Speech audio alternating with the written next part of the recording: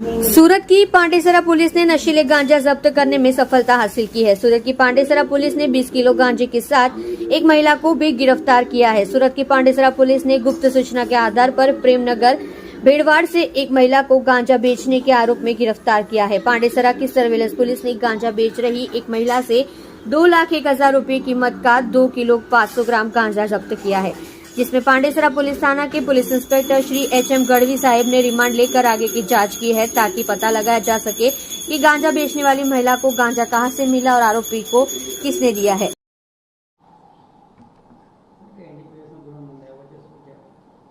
No drugs सूरत अनुसंधाने माननीय Shri police commissioner Shri Anupam Singh Gehlot साहब तथा सेक्टर श्री डामोर साहब तथा डीसीपी श्री जोन 4 तथा एसीपी एच डिविजन साहेबના માર્ગદર્શન અને સૂચના મુજબ પાંડેસરા પોલ્યુશન ટીમ નો ડ્રગ્સ બાબતમાં કાર્યરત હોય અને ડિસ્ટાફને એવી હકીકત મળેલી હતી કે પ્રેમનગર ઝુંપડપટ્ટી છે ત્યાં કોઈ એક મહિલા છે જે ગાંજાનું વેચાણ કરી રહી છે।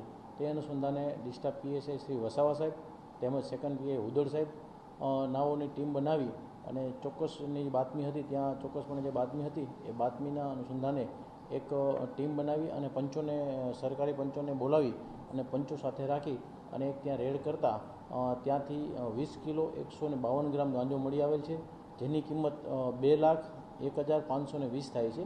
તે કાયદેસર કાર્યવાહી કરવામાં આવેલી છે અને આરોપીને વધુ રિમાન્ડ માટે કે ક્યાંથી લાવી છે, શું છે વિગત, એ વધુ વિગત માટે એના રિમાન્ડ મેળવવાની તજવીજ હાથ ધરવામાં આવેલી છે।